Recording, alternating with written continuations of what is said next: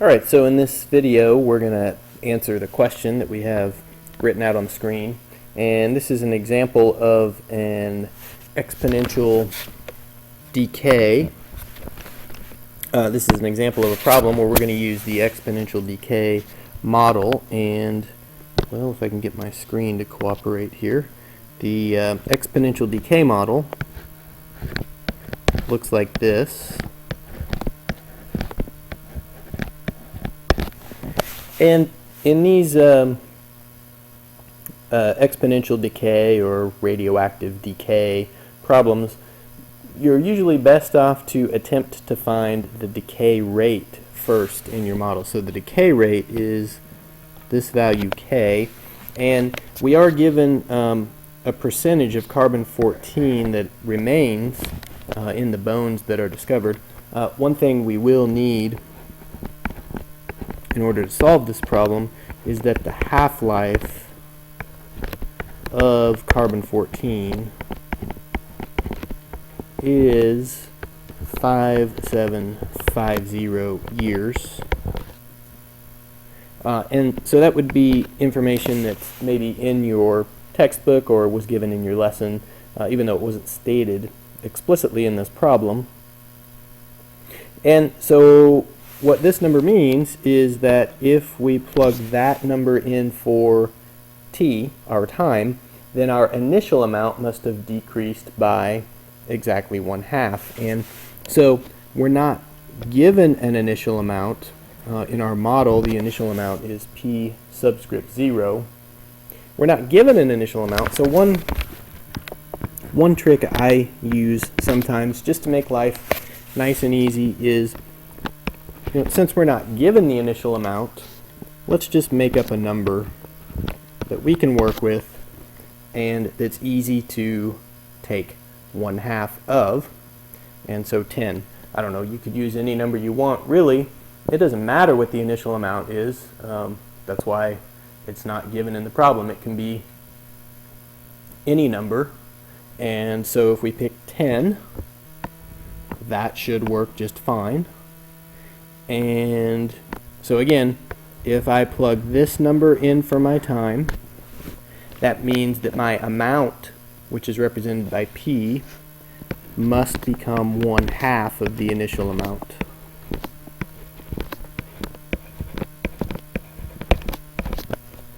Okay, now this is a nice exponential equation. We're going to solve for k. So divide both sides by 10 first.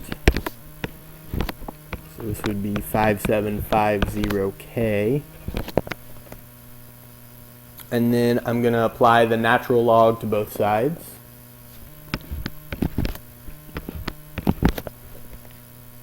Right, so that leaves me on the right side with just my exponent, 5750k.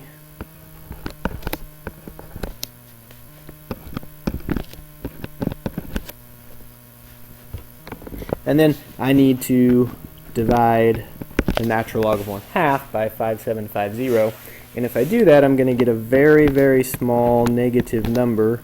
This number is very small, so I'm going to take it out to quite a few decimal places. So let's see, 0, 0, 0, 1, 2, 0, 547. The number is so very small that if I don't round it out to a lot of decimal places, I just lose too much accuracy. So I took that out 9 decimal places.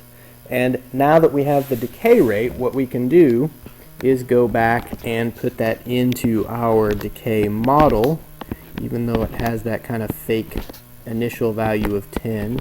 That's okay.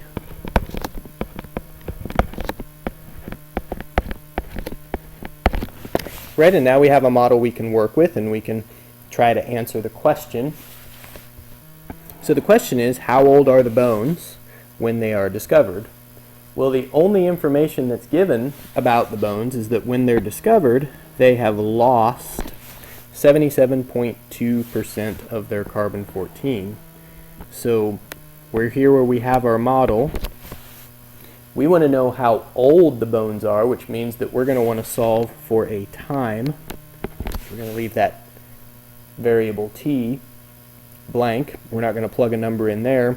We need to plug a number in for P, which is the amount of carbon-14 that's remaining. So the amount that we want to put in for capital P needs to be a number that represents the initial amount decreased by 77.2%. So first thing we want to figure out is what is 77.2% of 10,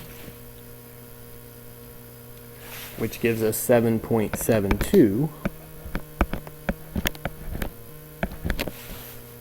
Right, and then so the amount that remains is 10 minus that number.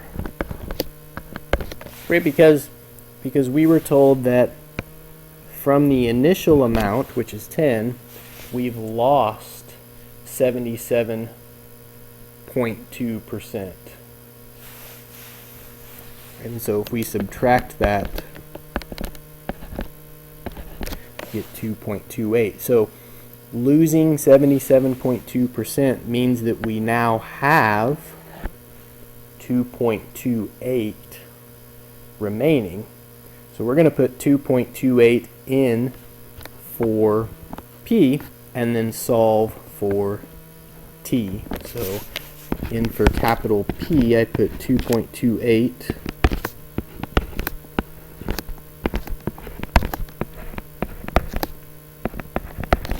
So what is that? 120,547. And now I'm off and running and solving for T. So I'm going to divide 2.28 by 10.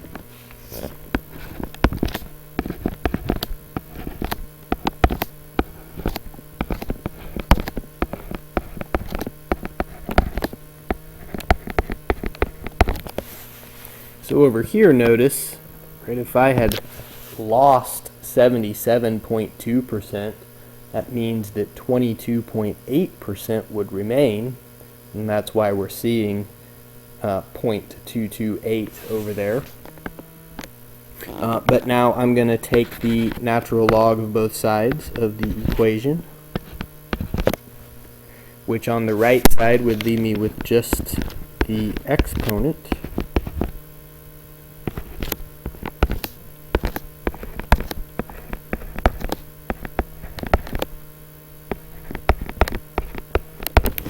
And so natural log of 0.228, and I want to divide that by that very small decay rate.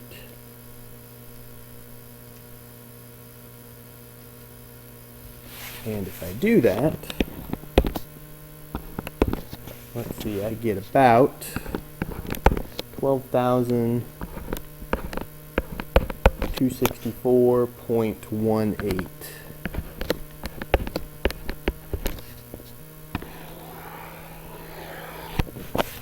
So in other words, those bones that were found were pretty old.